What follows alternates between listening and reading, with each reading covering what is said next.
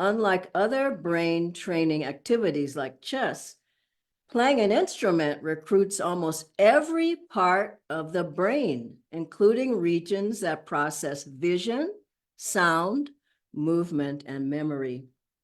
The New York Times, the healing power of music, lauded by philosophers Aristotle and Pythagoras, is now being validated by medical research. It is used in targeting treatments for asthma, autism, depression, and more, including brain disorders such as Parkinson's disease, Alzheimer's, epilepsy, and stroke. Live music has made its way into some surprising venues, including oncology waiting rooms to calm patients as they wait for radiation and chemotherapy. It greets newborns and some neonatal intensive care units and comforts the dying in hospice. While musical therapies are rarely standalone treatments, they are increasingly used as adjuncts to other forms of medical treatment. They help people cope with their stress and mobilize their body's own capacity to heal. Finally, from Einstein, life without playing music is inconceivable for me. I live my daydreams in music. I see my life in terms of music. I get most joy in life out of music. The famous scientist never traveled without his beloved violin. Isn't that wonderful?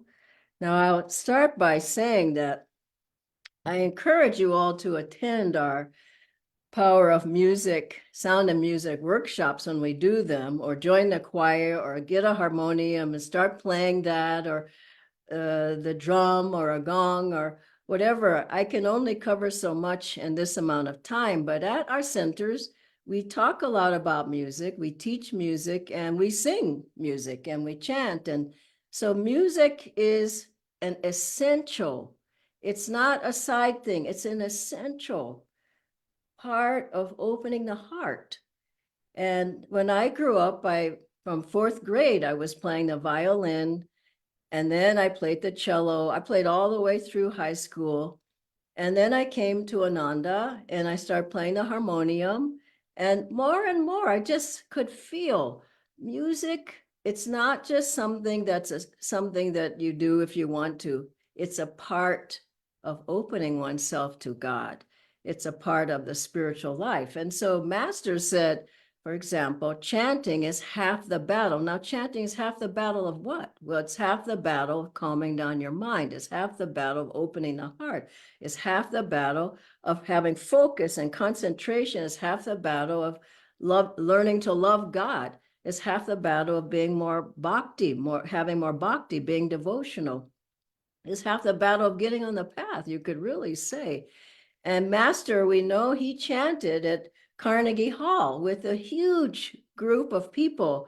For the whole auditorium was chanting with him for over an hour, maybe longer, an hour and a half. Oh God, beautiful. And Master said many people were healed on that evening from the vibrations of not just him singing, but they were singing, and he had a harmonium. And I don't know if it was that occasion, but on several occasions he would bring out a harmonium, and these people with them, oh, don't bring that out, nobody. And he said, no, I'm going to play. People want to sing. And at every class that I ever went to of Swami Kriyanandaji's, he started with the harmonium. He would chant, we would chant along with him. Then a choir or a small group would come out and sing a song. Every class out of hundreds of classes. And when we would go around India at the beginning, I mean, I'm just speaking of India now, we would do our programs, always starting with the chant. If we could sing, we would sing, but for sure we had to chant. And I was just watching some video clips from some classes we had just last year, and there were chants, people didn't know the chants, but I just noticed, I was watching and everybody's singing because people feel there's a vibration that they want to enter into, and the chants provide that. And then also in our chanting workshops, healing power, sound, and music is not a lecture. Of course, we do speak about it, but then everyone learns to sing. In one way or another, they're singing. No one skips out of the room. They all learning how to sing. And the way Swamiji had us singing from the different chakras, the upper chakras. And then everyone learned, if they wanted, some instrument, either a little bit of a harmonium or a little bit of the kirtals or the drum or whatever, it's gong we would bring out, whatever people would like to learn, and people loved it. And then at the end, and of course we chanted and chanted, and then everyone sang together as a choir. They would learn at least some part of the song and then come together and we would sing. Now, why do we do all that? Because you can only talk so long and people can only hear so much. And our path is balanced, it's head and it's heart. And so you ask, why did Swamiji write so much music? Why did he compose so much music? We could have had a very dry path and just meditate and hope to do your best you can and serve.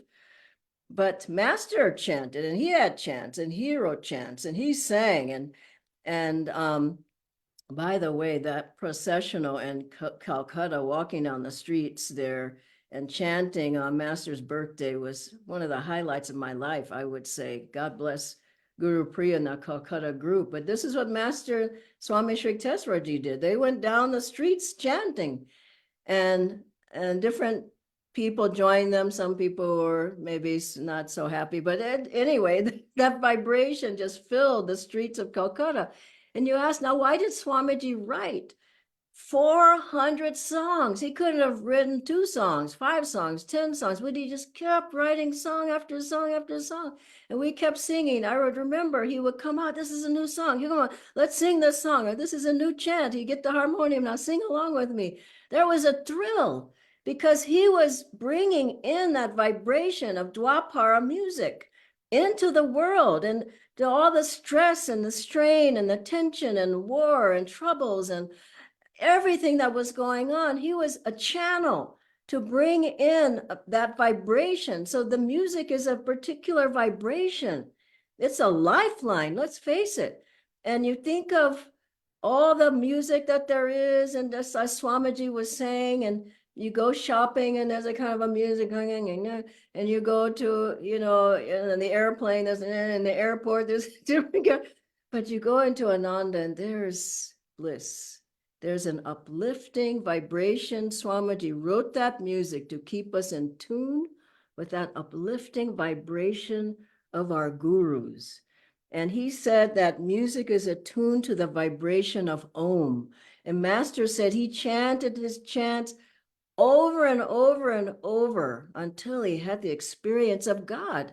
And that if we chant those chants, we too can tap into that experience.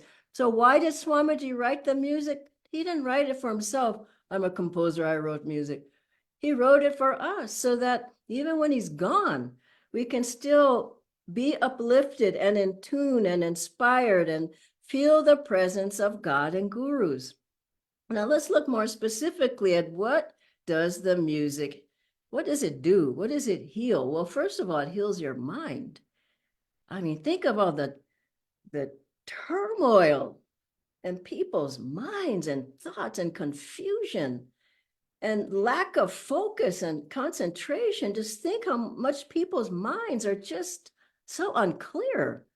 When you listen to songs like Peace, it's one of Swamiji's most beautiful songs. And really, that's such a beautiful song, but any of the songs, you just feel your mind starts getting clear. Now, I would know because I've heard and sung and played, at least on the harmonium and now on the Esraj, Swamiji's songs for over 4 decades. It clears your mind of the debris. And then I was thinking all the blockages people have, obstacles to finding God. Oh, I have a doubt. Oh, I'm fearful. Oh, I'm worried or critical or, negative or whatever it is. the music gets in there and just it's like purification. It just cleanses your mind. And then you have less obstacles to try to deal with. And I see people just, I mean, imagine coming home and just sitting to meditate after, especially in Delhi, where I live, the traffic is horrendous, and you're in the car and this, and you go home, now I'm going to meditate. Well, you're not going to meditate. You have to cleanse yourself from that vibration. And 1.4 billion people in India, you have to be able to get back in attunement with God and gurus. And so the first thing it does is cleanses your mind, and then it cleanses your heart. Wow. The emotions that people have of anger, and I'm upset with this person. Why did he do this? And it's just not worth it. But you just get out of control with your emotions and negativity and fearfulness and whatever, everything. And that's not a devotee, a way of being a devotee or disciple. So it starts calming. You just put it on in your car, and I get in people's cars, they're playing something else. I said, why are you playing that? And I see people listening to something else. Well, I mean, you want to come back and go again, many incarnations because of the music you're listening to? I mean, honestly, so it calms emotions down, and then you feel your heart just so free, so happy. That happy feeling in the heart. I mean, even I've understood, even if the music of great composers is beautiful, and it is beautiful, it just isn't the same vibration. There's a particular vibration that Master brought through Swamiji to us to say, hang on to this, and it will bring you all the way through, just like meditation and seva, music. And so it calms emotions. And kind of a humorous thing, even like when I go to the dentist, I go to Dr. Kriti. I highly recommend her. She's in Gurgaon. She's a Kriyaban. But sometimes, it's not that comfortable going to the dentist. And so you go in there, and Dr. Kriti, she's fantastic. But what I love the most, I love her, but I also love that she's playing Swamiji's music. You walk in there and you just start relaxing, no matter how much drilling she has to do on you. You have that music going in the background. So it just calms you right down. And so the mind and the emotions, and then the physical body. Imagine, just think of the stress that you go through every day, the tensions from the job, from the kids, from the barking dogs, the stray dogs, the monkeys jumping on you. I mean, I carry a stick with me when I walk because I've had monkeys jumping around. But you have to just think of that tension and the stress that we live up under. It's not normal. You might think it's normal. It's not. It's not normal. So how are you going to deal with that stress? The music. You put that music on in your house, in the headphones, in your car, in your job or whatever, and you just feel like freedom from that stress. Freedom from that stress. And so the music is really helping us. And finally, it helps us spiritually. Wow, how are you going to find God without that music? How are you going to find God without chanting when Master said it's half the battle? Already half, if you just chant. Chant with the music, even if you can't play the harmonium, get a tanpura or whatever, but chant, chant, and chant. You find it just opens that door of my heart. Boom, it's open. But you have to be able to do it. It's not, I'm sitting on the couch and I hope somebody else chants. It's like you have to offer yourself. And I remember, time is up, but I remember a wonderful time when Swamiji, he was chanting and he said, now this is how I chant in public. And they said, this is how I chant on my own. And wow, he just started weeping during the chanting. And I thought, no, he's really chanting. This is chanting when you really open your heart.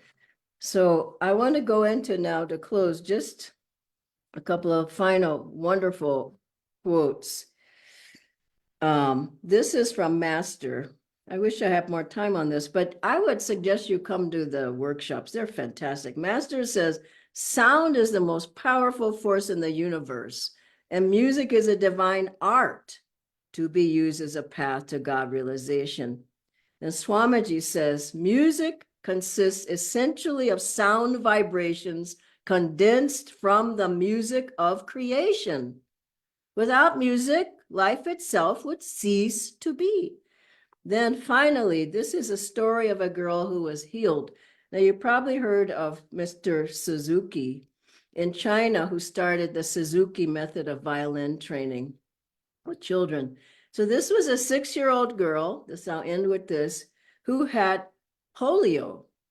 I just read this in his book, which is a fabulous book, by the way, the Suzuki method. The right side of her body was severely affected. Her right eye was unable to focus. When she played the song he was teaching, her teacher was teaching, Twinkle, Twinkle, Little Star, her right hand moved abruptly of its own accord and her bow would fly out of her hand. Her teacher was at a loss as to how to surmount this challenge and consulted Mr. Suzuki. He said, my answer at that time was, let's continue with this student until both teacher and parent give up. Finally, however, the movements of the child's right hand gradually changed until in the end, the girl's bow stopped falling from her hand. A half year later, this child was able to play the song on her right arm as her right arm grew stronger, along with the capacity to maneuver her bow. However, the daughter's achievement did not end solely with learning the one piece. Thankfully, as she continued practicing the violin, her right eye gradually learned to focus properly. And at the same time, the entire right side of her body, until then debilitated, began to move like everyone else's. That girl thus overcame her handicap. Unexpectedly, she was restored to complete physical health. The music helped her to transcend her bodily limitations. Wow. I hope you will get some instrument or some of Swamiji's music or the Ananda music app, or get in a choir, chant, and really understand what Master meant by chanting is half the battle. God bless you. And I'll ask Natendra now to join me on the screen. Thank you, Guruji. We have a few questions, but we also have a song if you want us to sing together. Yes, let's do the song after the questions. Okay, sure, Dhyanaji. So we have a few questions. The first one, Dhyanaji, is, would Ananda music help me to deepen my meditation and make me more receptive to God's presence? I can vouch for it. Definitely. Without it, you've got a long, dry path. Remember, Master said that to Swamiji, that you have to get devotion. Swamiji bought a harmonium, he started chanting. So without it, I don't know how people make it. And Master said it so strongly and he did it. Why would we not do it? It's a part of our path, no? Thank you, Yeah. Dhyanaji. The next question is, was Swamiji formally trained in music? Yes, he was. But he had the basics. But then from there, I think he was just infused by God and gurus. I mean, he kept saying, these songs are coming to me. He said, they're not mine, that they've come from Divine Mother, Master. So he was a channel. These songs aren't personal. They're not egoic. They're not about him. You know, they're very deep. Some of them are lighter, Big Frog, Little Frog, different ones, the children's songs. But for the most part, as Swamiji said, to know who I am, to get to know who I am, listen to my music. So there's secrets in those songs. You can't get it from singing it once. You just have to listen to them and sing them, and you find, wow, what he put in these songs is extraordinary. Extraordinary for upliftment, for inspiration, for purification, for healing, and finally for knowing God. One last question, Dhanaji. Is there any special power in Masters and Swamiji's chants as compared to the other traditional chants that we hear? I would say try it and see. I mean, I've heard a lot of music, but there's nothing that compares to this as far as I've ever seen. Now, maybe I'm biased, but I grew up with music, so I know music, and all the famous musicians and singers, we grew up with them. I mean, even they had good voices and they had good bands, and that, it was okay, but it was just like kindergarten. I mean, honestly, it was lower chakra music. Who wants that if you're on the path? So if this came from a divine realm and from the masters, certainly it's going to heal you and uplift you. And more than anything, if masters said this is the path to self-realization, a half of it, for God's sake, get a chant and chant it. I mean, just chant the same one if you can't, even if you can't sing. And I've heard a lot of people in India say, I don't have a voice, I can't sing. Well, so what? Sing anyway. Sing out, because it opens you up. Sing in the shower, sing in the closed door, close the door and sing in your room. But sing, because I remember Swamiji looked at me, I came to Ananda, he said, can you sing? And I said, I don't think so. Now, that would have been ridiculous. I've gone all these years without singing. But he basically was saying, so what? Sing anyway. And as you sing, your voice gets better. I hear people's voices. That's not a devotee's voice. Your voice gets sweeter as you sing. So if you want to improve your voice, how your eyes, your face, your vibration, your spine, your energy level, your magnetism, your joy level, your peace, sing out with joy.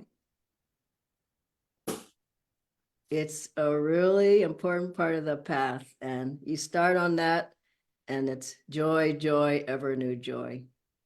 So shall we sing that song?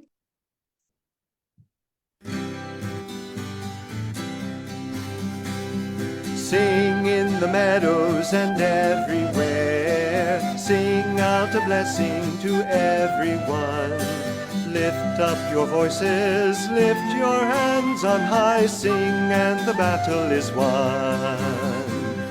Sing in the meadows and everywhere. Sing out a blessing to everyone. Lift up your voices, lift your hands on high. Sing and the battle is won. Sing in the meadows and everywhere. Sing out a blessing to everyone. Lift up your voices, lift your hands on high. Sing and the battle is won.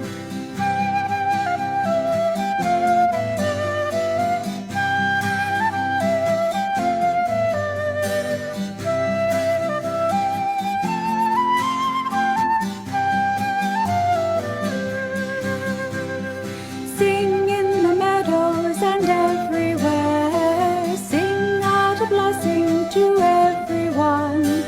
Lift up your voices, lift your hands on high. Sing and the battle is won. Sing in the meadows and everywhere. Sing out a blessing to everyone. Lift up your voices, lift your hands on high. Sing and the battle is won. Sing in the meadows and everywhere. Sing out a blessing to everyone. Lift up your voices, lift your hands on high. Sing and the battle is won. Sing and the battle is won. Sing and the battle is won. God bless you all. Thank you, Nitendra.